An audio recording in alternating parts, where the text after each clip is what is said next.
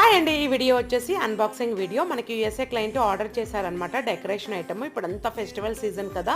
ఇవి కొంచెం బాగా ట్రెండింగ్‌లో ఉన్న కలెక్షన్ అనమాట. ఏంటి అంటే ఇవి అన్బాక్సింగ్ వచ్చేసి శంకు చక్రాలు ఉంటాయి కదా! అదనమాట. 3 వచ్చేసి మనకి బ్రాసో ఐటమ్ అనమాట. చాలా హెవీ వెయిట్ ఉంటుంది.